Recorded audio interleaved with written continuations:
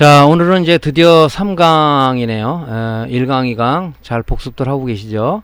자, 오늘 3강 공부를 한번 진행해 보도록 하겠습니다. 자, 진행하기 전에 오늘은 어떤 내용을 가지고 여러분들하고 같이 강의를 할까 하는 내용을 먼저 살펴보도록 하죠.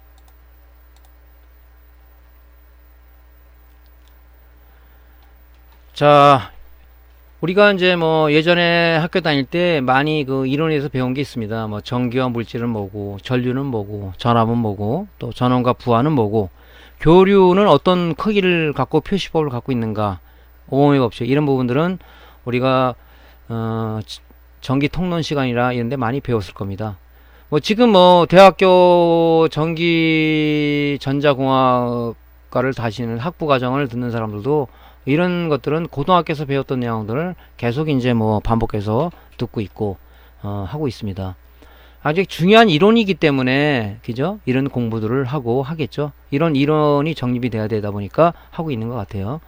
자, 저항이라는 것은 여러 가지 저항이 우리 주위에는 많이 있습니다. 뭐 여러분들이 많이 지금 보고 있는 저항이 있을 수도 있어요. 저항이라는 것이 도대체 무엇인지, 저항의 개요와 저항은 어떤 표기법을 갖고 있고, 저항 측정은 하는데 어떤 장비를 썼을 때는 이런 게 나오고, 이런 측정 비교 분석을 한번 해보도록 할 거고요.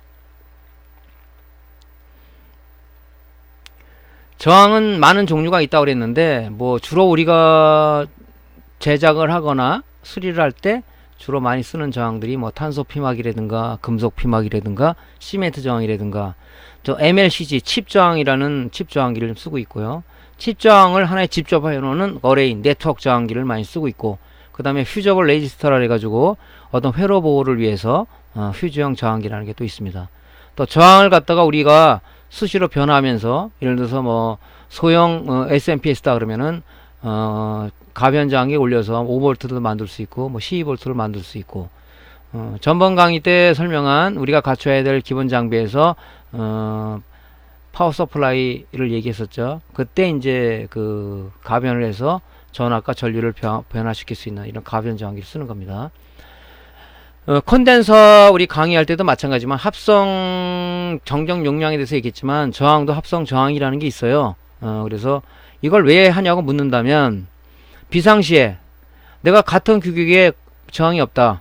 그럼 직렬 연결했을 때 내가 원하는 저항을 값을 만들어낼 수가 있고, 또 병렬로 연결했을 때 내가 합성 저항을 만들어서 그 회로에 맞는 저항 값을 만들기 위해서 뭐 쓰기도 합니다.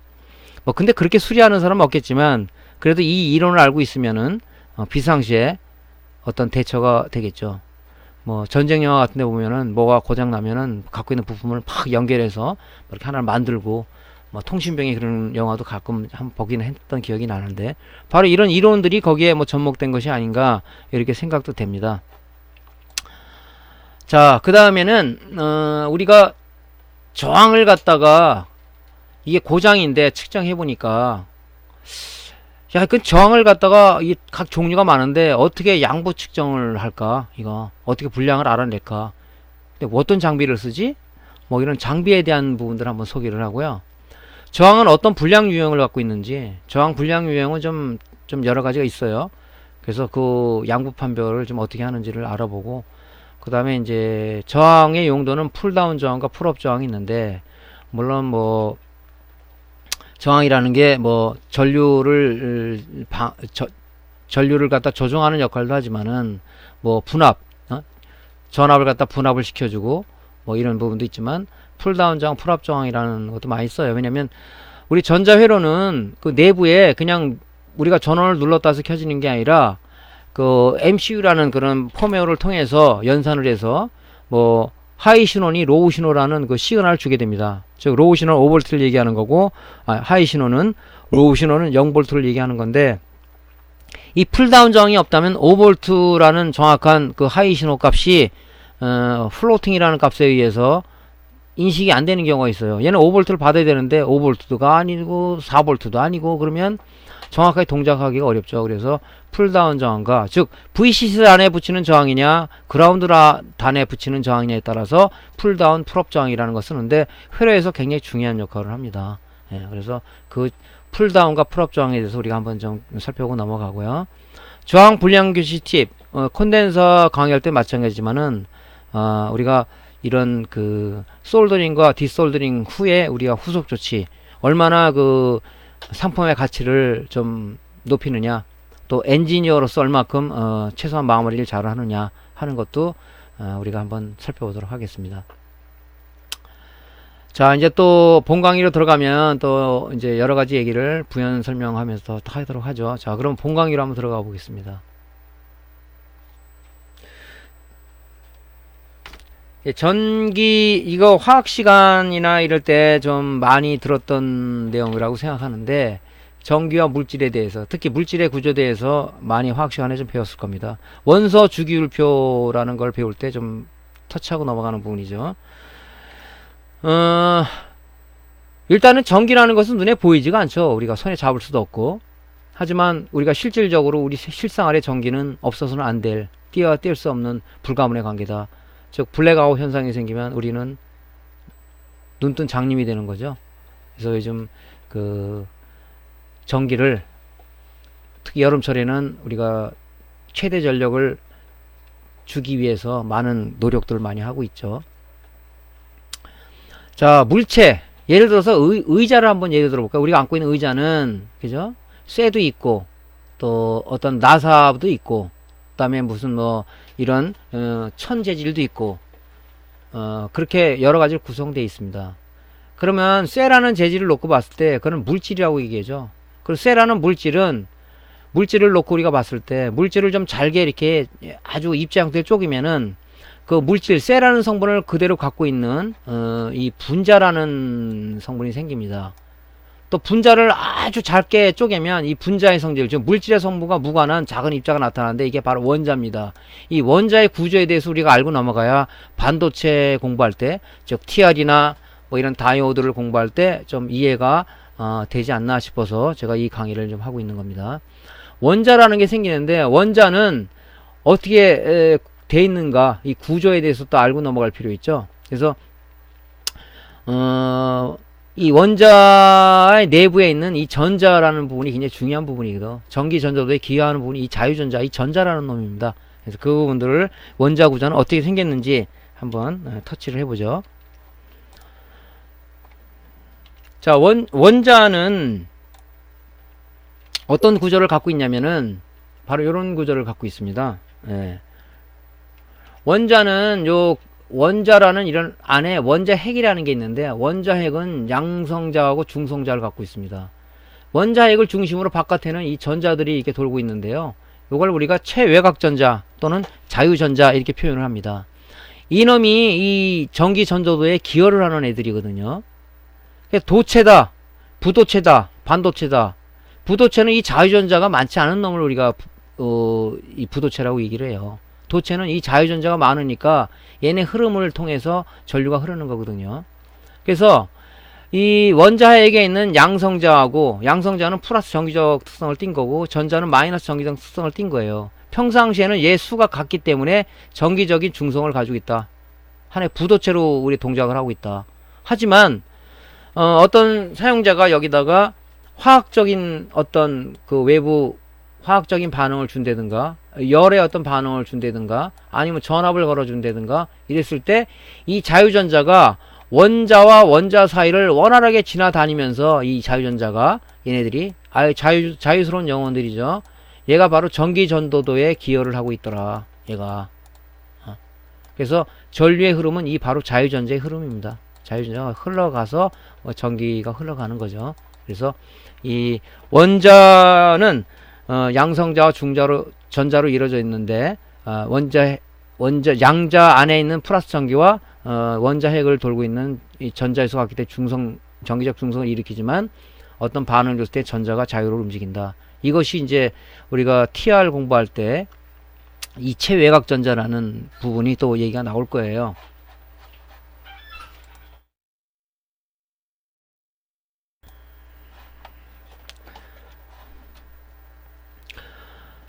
자, 그렇게 알면 되고요. 그거는 이제 나중에 반도체 쪽, 다이오드 쪽 들어갈 때 또 말씀을 한번 더 드리도록 할게요.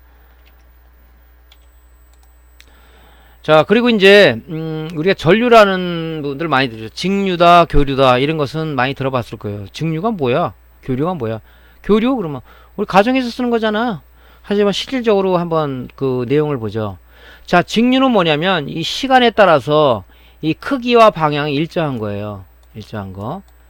즉 우리 가전제품, 즉 안에 전자기기 PC판에 들어가는 것은 전부 다 직류를 요구하죠. 교류를 요구하는 게 아니기 때문에. 그래서 가정에서 쓰는 교류를 갖다가 전자제품을 쓰기 위해서 내부에 SMPS라는 정류기가 들어가 있죠. SMPS. 스위칭 모드 파워 서플라이 약자인데 우리가 보통 뭐 아답터 내지는 뭐 모니터 립스 보드 이렇게 얘기하는데 이 AC 교류를 이 SMPS를 통해서 우리가 DC로 만들어 주는 거죠.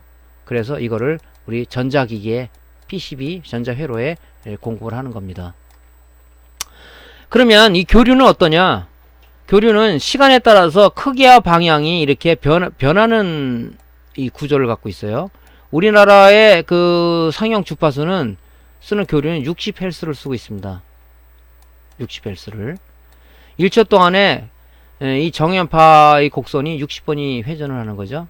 60번이 이렇게 계속 이렇게. 그래서 양의 방향과 그죠? 음의 방향이 계속 변하는 겁니다. 예. 나중에 트랜스 원리를 들어가면 직류에다 트랜스를 걸어주게 되면 2차 측에 아무 유도 기절 발생이 안 되죠. 트랜스라는 것은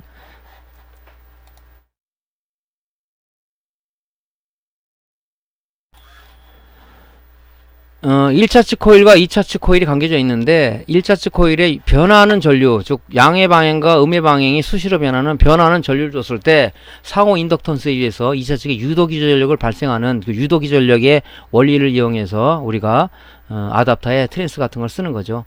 정류회로에서.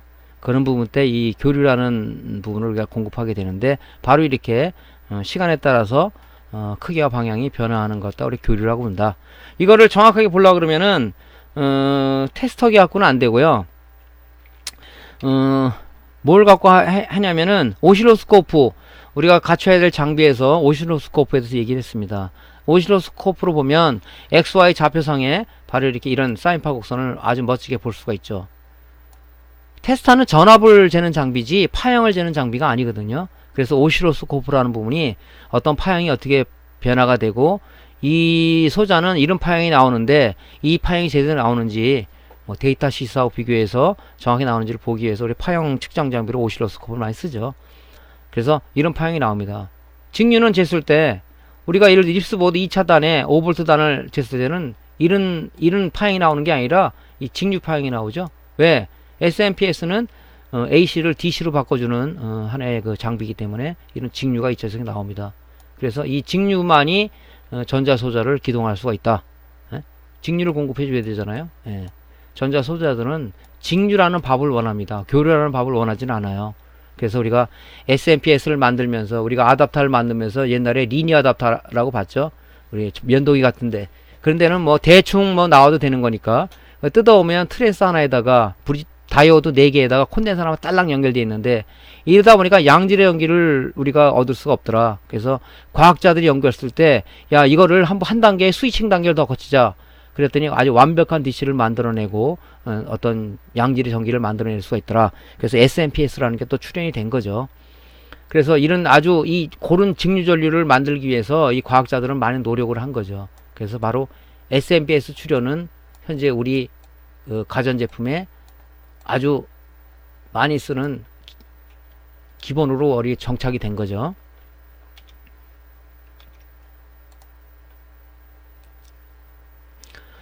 자, 전류 흐름의 개요. 우리가 지금 알고 있는 사항은 야 전류는 어떻게 흐르냐? 어떤 방향으로 어떻게 흐르냐? 그러면 대부분이 전류는 플러스에서 마이너스로 흘러요. 그것은 우리가 맨 처음에 전기를 이론이 정립되기 전까지는 그렇게 알고 있었어요. 근데 전기의 어떤 이런 부분을 연구하는 과학자들이 가만히 보니까 아까 전류 흐름은 전자의 이동이라고 그랬죠.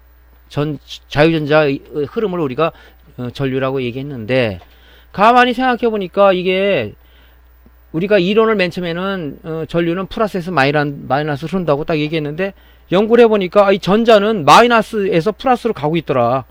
응? 보통 플러스에서 마이너스로 이렇게 가는 걸로 알고 있었어요. 이렇게. 근데 과학자들이 연구를 해보니까 이게 전자 흐름은 마이너스에서 플러스로 가고 있는 거예요. 아, 이거 큰일 났다, 이거 이론을 바꿀 수가 없지 않냐. 그래서 만들어 놓은 게 이제 이런 전자의 흐름은, 전자는 마이너스에서 플러스로 갑니다. 이렇게 이론이 하나가 더 나온 거죠. 전류의 흐름은 우리가 머릿속에 항상 각인되어 있는 게 플러스에서 마이너스 갑니다. 근데 전자는 어느 방향에서 어느 방향으로 가냐 그러면 모르는 사람 많죠. 전자는 마이너스에서 플러스 방향으로 간다. 그래서 이제 TR 설명할 때 뭐 더 추가적으로 나오겠지만 이렇게 알고 계시면 됩니다. 아, 이게 참 플러스에서 마이너스로 이렇게 했으면 더 혼란이 안 왔을 텐데, 뭐 이렇게 이제 이론이 만들어졌으니까 우리 뭐 따라가야죠. 우리 과학자가 이렇게 정립해둔 이론, 오음의 법칙을 우리가 바꿀 수는 없잖아요. 이미 정립된 이론을. 자, 그래서 그렇게 알면 되고, 이 아까 전류의 흐름은 뭐라고 그랬으면 자유전자의 흐름은 이동이라고 그랬죠. 예. 그래서 결국적으로 뭐냐면 전류는, 즉 단위 시간에 이동한 전하량, 전류의 양이라고 우리가 표현합니다. 그래서 I는 T분지 Q다. 단위 시간에 이동한 전하량을 얘기를 한다. 전자의 양을 의미한다. 그래서 단위는 암페어를 씁니다. 그래서 주로 이제 우리가 매장을 찾아오면은 특히 대학생들이 이제 노트북 아답터를 사러 많이 와요. 사장님, 저기 19V 3.75A 주세요. 정확하게 얘기하시는 분이 있어. 어떤 사람은 19V 주세요. 하지만 19V도 보면 뭐 5A 이상, 뭐 6A 쓰는 것도 있고 그러니까 암페어가 높으면 관계없어요. 암페어가 낮은 거 쓰면은 의전 전자기 동작이 안 되죠. 볼트가 만약에 뭐 12V다. 12V 3.5A짜리 뭐 보통 19인치 모니터에서 많이 쓰죠. 근데 사실은 이 암페어가 5A짜리 19인치 이상은 5A짜리를 써줘야 됩니다. 왜? 이 전류가 좀 이 힘이 높다는 것은 이 전하 1초 동안에 단위 시간에 흐른 전하 전기량을 하다 보니까 이 전하량이 많이 흐른다는 것은 힘이 좋다는 얘기 아니에요. 이 볼트는 맞춰줘야 되겠죠. 이걸 근데 24V 쓰면 뭐 소자들이 타겠죠. 콘덴서 설명할 때 내압이라는 거 얘기했죠. 그 소자에 걸어줘야 될 최대 전압이라는데 12V를 했는데 24V 걸어주면 어떻게 타버리기나 터져버리겠죠. 그래서 전압은 이 규격을 맞춰야 되지만 지금 뒤에 네임플레이트를 보니까 3.5A로 되어 있는데요. 이거 5A 쓰면 터지지 않나요? 이런 참 비상식적인 논리를 갖고 있는 사람들이 의외로 많다는 사실이에요. 그래서 전류가 높은 것은 관계는 없습니다. 뭐 아답터 사러 갈 때 내 지금 아답터가 12V 3.5A, 아답터 모니터가 안 들어와, 아답터 불량이라고 그러네. 그럼 꼭 3.5A 아니라 가서 12V 5A짜리 주세요. 그러면 아주 넉넉하다 보니까 전자기기들이 좀 안정적으로 더 동작을 할 수가 있겠죠. 그래서 그런 부분들은 참조를 좀 알고 계시고요. 전류라는 것은 다시 한번 머릿속에 각인시킵시다. 뭐냐면은 1초 동안에 단위 시간에 이동한 전하량을 얘기한다. 전하량이 많이 옮겨가면 전류가 높아지겠죠. 높은 전류는 좋잖아요. 예. 그래서 그렇게 정립하시면 될 것 같고요. 전류 모형을 한번 볼까요? 그러면 전류가 도대체 아까 얘기한 좀 정말 되나? 한번 그런 걸 봅시다. 자, 이런 그 수차를 올려서 아주 물량을 굉장히 많이 공급해주면 당연히 밑으로도 물이 많이 흘러가겠죠. 그죠? 그러면 조금의 이런 그 모터를 약하게 돌리게 되면 물이 조금 흐르는데 많이 돌리게 되면 물은 많이 흘러가죠. 전류도 마찬가지죠. 전압을 높여보니까, 즉 전류량을 높여보니까 이 불은 더 밝게 켜지더라. 낮춰보니까 전하량을 조금 주다 보니까 안 켜지더라. 이런 분들 우리가 실험을 통해서도 알 수가 있죠. 아, 그게 전류구나. 전류는 전기, 자유전자가 이동하는 양이구나 해서 우리가 이렇게 모형으로도 알 수가 있죠.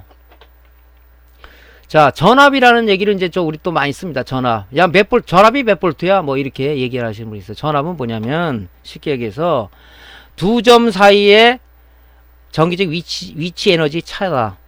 즉, 이 건전지가 보면 여기가 플러스 방향이고 여기가 마이너스 방향입니다. 위치 에너지 차이 때문에 전류가 흐르는 거죠. 전류가. 자, 수조를 봅시다. 이 수조가 한쪽은 높고 한쪽은 낮아요. 호스를 연결했을 때 당연히 이 수압에 의해서 밑으로 흘러가게 되겠지만 수조가 이렇게 두 개가 있는데 수위가 똑같아요. 똑같아.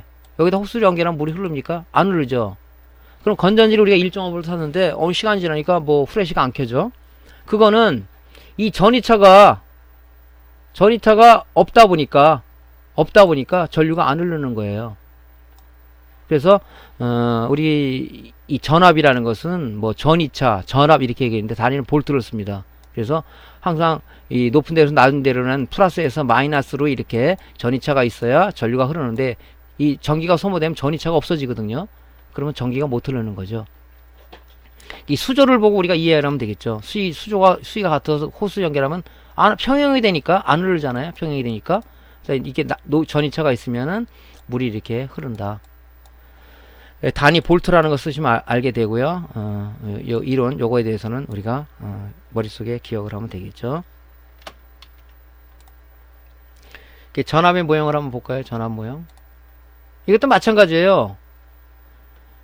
펌프를 이 위치를 갖다가 높게 하니까 이 물의 양이 더 많이 흘러. 이렇게 전압을 높여주니까, 수위를 높여주니까, 수조를 높여주니까, 수조를 낮춰주니까 물이 조금밖에 안 흘러. 이게 이제 전압의 개념이죠.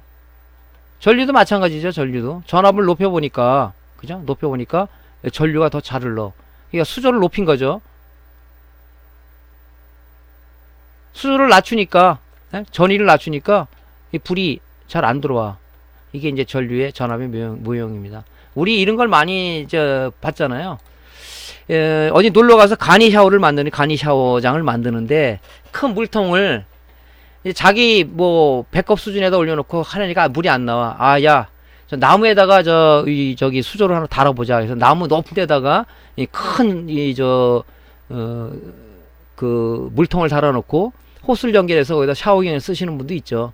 뭐 저게 많이 나오더만요. 보니까 나는 자연인이다 거기 보니까 그런 간이 시설이 되는 거 봤어요. 그게 뭐냐면 바로 전이차를 이용한 거죠. 수압에 수압차를 이용한 거죠. 높은 데서 이렇게 낮은 데로 이렇게 더 전이차를 높이다 보니까 아까 전압 모형에서 봤듯이 물이 잘 흐르는 거죠. 예.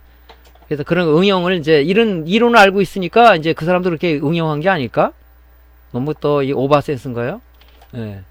그래서 그렇게 이제 이론을 알게 되면은 이제 응용력이 생기는 거죠. 뭐 과학자들도 그런 이론에서 자꾸 연구해서 더 나은 이론이 나오지 않고 있나 그런 생각도 듭니다. 자, 그 다음에 또 많이 우리가 얘기를 듣는 부분이 전원과 부하예요. 자, 이런 얘기를 많이 듣죠.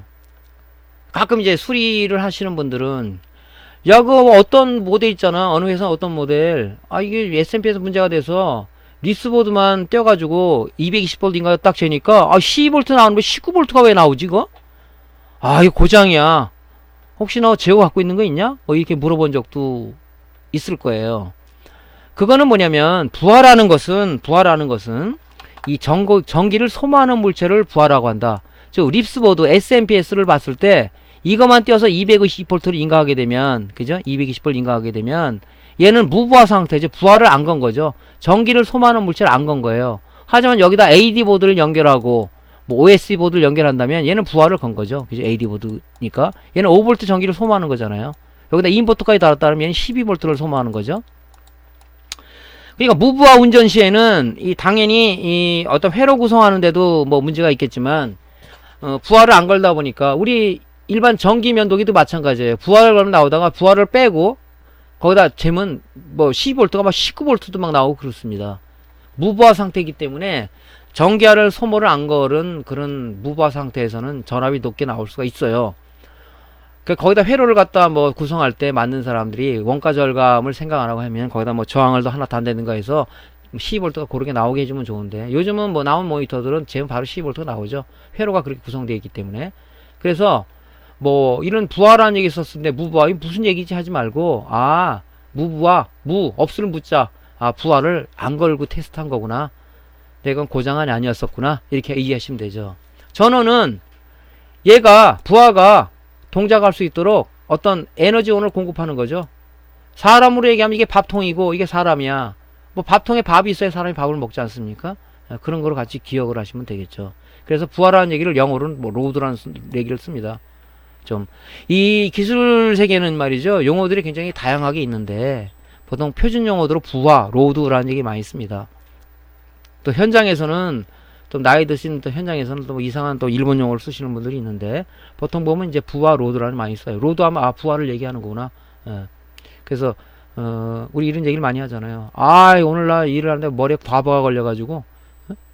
그러니까, 과부하 걸렸다는 얘기는 이 부하가 하는 정도의 이상의 일을 했다는 얘기죠. 아, 나 머리에 과부하 걸렸어. 그런 얘기도 많이 하고 오시는데, 그게 바로 이제 부하, 소모하는 물질. 머리가 부하라고 얘기하나? 조금 그렇죠. 자, 그래서 요 용어는 저 머릿속에 기억하시기 좀 바라고요. 자, 이제 이 교류의 크기 표시법을 얘기할 때 뭐 시력값, 최대값, 평균값, 뭐 순식값을 많이 쓰는데 우리가 시력값하고 최대값은 또 알아야 돼요. 왜 알아야 되냐면 간혹 이런 질문을 합니다. 사장님, 우리 모니터의 립스보드에 고장 수리하기 위해서 퓨즈가 나갔어요. 퓨즈를 갈고 나서 전원을 꽂아서 220V 인가해가지고 브리지 다이오드를 재고 220V 들어간 확인했고요. 또 대전압 콘덴서를 재니까 왜 310V가 왜 나오죠? 220V 넣었으면 정리해서 220V가 나와야 되는 거 아닙니까? 하고 퀴션 마크를 갖는 사람들이 많이 있다는 사실이죠. 지금 이 강의 듣는 사람도 아마 그럴 거예요. 맞아, 310V 나왔어. 야, 그거 이상한데? 이렇게 의문을 갖는 사람들이 있을 겁니다. 왜 그러냐면 우리 교류는 이런 최대값이라는 이 사인파 곡선을 그릴 때 이 최대값 때문에 그렇습니다. 최대값 때문에. 그래서 시력값이라는 얘기에서는 우리가 그냥 평균치를 나타내는 거예요. 어떻게 실험했냐면 과학자가 백열전구 두 개를 가지고 한쪽에는 교류를 걸고 한쪽에는 직류를 가했어요. 그래서 정확하게 전구가 밝아지는 순간을 체크해 본 거죠. 체크해 보니까 교류를 걸고 직류를 건 전구가 똑같이 밝아졌는데 직류를 보니까 220V야. 그게 그러면 우리 교류도 220V라고 정하자. 그래서 220V라는 이런 시력값이라는 용어가 나온 근원이 된 거죠. 그래서 우리가 보통 얘기할 때는 그냥 시력값 220V다. 근데 왜 립스보드에서는 대전압고 310V가 나옵니까? 그럼 바로 최대값 때문에 그러는 거죠. 이 최대값이 때문에 220V에다가 루트 2를 곱해준 거죠.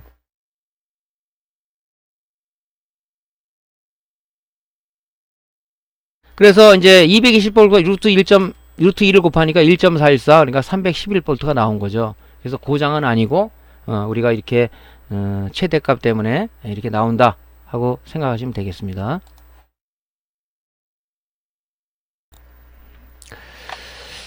자, 이제 어떠신 분들은 저 립스보드는 310V가 나오는 건 아는데요. TV 쪽을 보니까 대전압 콘덴서를 재니까요, 220V 인가 재니까는 뭐 450V 막 이상으로 나오는데 그거 왜 그래요? 그러더라고. 그러신 분이 있어요. 모니터는 전력을 많이 소비하는 그런 전자기기는 아닙니다. TV는 뭐 인치수도 크고 전력을 많이 소비하기 때문에 SMPS 다른 회로가 두 가지가 들어가 있어요. PFC라는 회로하고 즉 역률 보정 회로라는 게 들어가 있고 RC 공진 회로라는 게 들어가 있어서 그래서 전력을 최대로 올리기 위해서 250V 인가를 하게 되면 일단은 브리지 다이오드를 통해서 310V가 딱 대전압 콘덴서 충전되면 이제 우리가 파워온 스위치를 누르게 되면 TV에서 그 회로가 동작을 하죠. 스탠바이 전압에 의해서 우리가 리모컨을 누르거나 전원 스위치 눌렀을 때는 이제 PFC라는 부분이 동작을 해요. 그래서 PFC라는 그 부분이 동작을 해서 대전압 콘덴서에 이 전압을 승합을 시켜주는 거죠. 400V 이상으로. 그래서 이제 그 부분이 틀린 겁니다. 우리 지금 데스크탑의 파워 서플라이도 마찬가지잖아요. 우리가 뭐 전격 파워가 있고 뻥 파워가 있는데 뭐 막 파워라고 부르죠. 그 부분은 표시해 보면 어떻게 돼 있냐면 뭐 600W 이렇게 돼 있어요. 근데 뻥 파워는 얘가 뭐 80%라는 이런 인증 마크가 없는 것들이 있어요. 이건 뻥 파워거든요. 85%, 뭐 83%, 뭐 80% 이렇게 되는 게 있어요. 근데 이런 인증을 안 받은 파워들은 얘네들은 효율이 즉 역률이 40%밖에 안 나옵니다. 쉽게 따져보면 전자 로드기에 걸면 이게 나와요.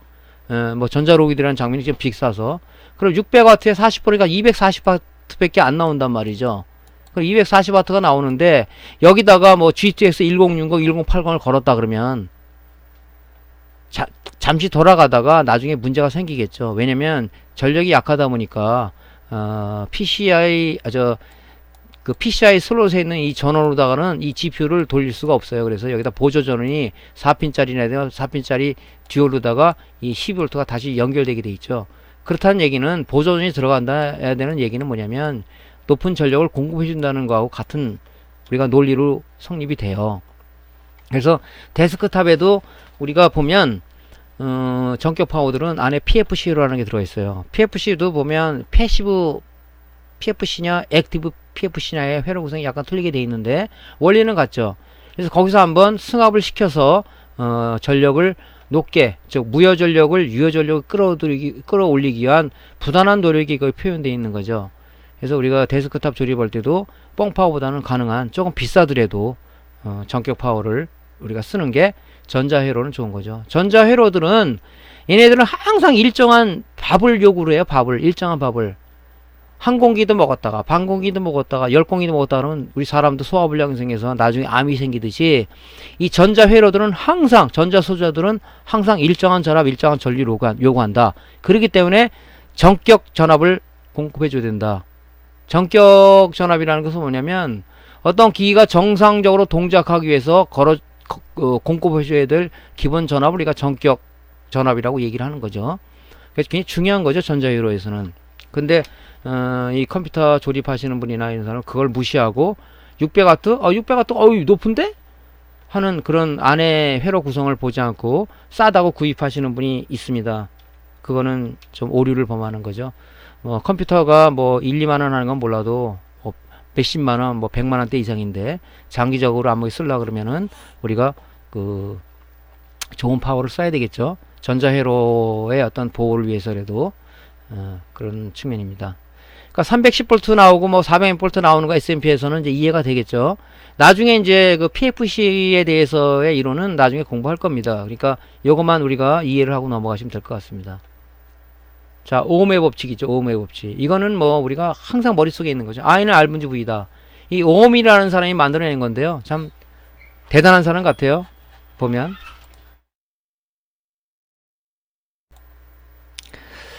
그래서 이제 두 가지 중에 하나만 알면은 어떤 내용을 공식을 구할 수가 있는 거죠. 예를 들어서 이 전화머리라든가 아니면 뭐 전류원, 그 다음에 부하. 그래서 두 개만 알면 그걸 구할 수가 있는 거죠.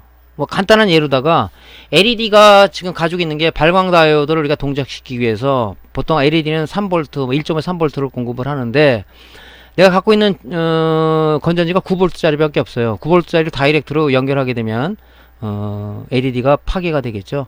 그래서 LED에다가 여기 이제 LED라고 가정한다면 여기다가 이게 9V 건전지다. 그러면 여기다가 저항을 하나 달아서 전압 강화를 시켜서 우리가 계산을 해서 저항 산출을 할 수 있겠죠.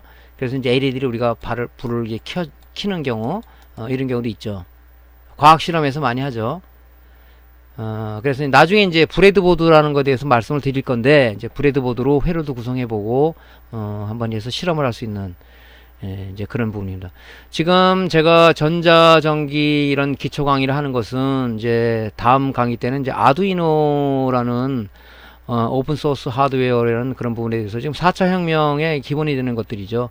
그래서 이제 강의가 들어갈 건데 이런 부분들을 모르면은 우리가 그걸 또 할 수가 없죠. 그걸 위해서라도 지금 이런 강의를 올리고 있는 건데 그때 이제 이런 부분들이 많이 좀 나와요. 그때 이제 브레드보드를 가지고 회로도 구성해서 어떤 그 센서도 동작시켜보고 또 뭐 어떤 뭐 내가 원하는 어떤 그 불을 갖다가 순차적으로 한번 켜본다든가 그런 모든 우리 회로도 구성할 수가 있고 물론 거기에는 이제 마이컴을 통해서 프로그래밍을 해야 되겠죠. 프로그래밍을 해야 되는데 뭐 기본 언어라든가 이런 부분들을 하기 전에 이것이 이제 선행 조건이 바로 이런 전기전자 기초입니다. 반드시 해야 되는 거고 수리하는 사람도 마찬가지로 이 부분들을 간과하지 말고 해야 될 기본사항이라고 반드시 저는 생각하고 있습니다. 이 오음의 법칙은 하나 알고 있어야 되겠죠. I는 R분지 V다. 전류는 그죠? 저항에 반비례하고 전압에 비례한다. 아까 전압 모형에서 얘기 한번 해봤죠. 전압을 높이니까 전류는 많이 비례하니까 그죠? 저항은 반비례하죠. 저항이 크면 전류에 방해하는 물질이 크기 때문에 전류는 작게 흐른다. 아주 이 작은 이론이지만은 굉장히 이 이론이 합리적인 이론이다. 그래서 참 대단한 사람 아닙니까? 이런 사람들이. 예. 우리도 한번 뭐 이론 한번 만들어 보죠. 뭐 리페어 권해 법칙 뭐 한다든가. 예, 한번 이제 만들어 볼 생각입니다. 자, 오음의 법칙 이렇고요.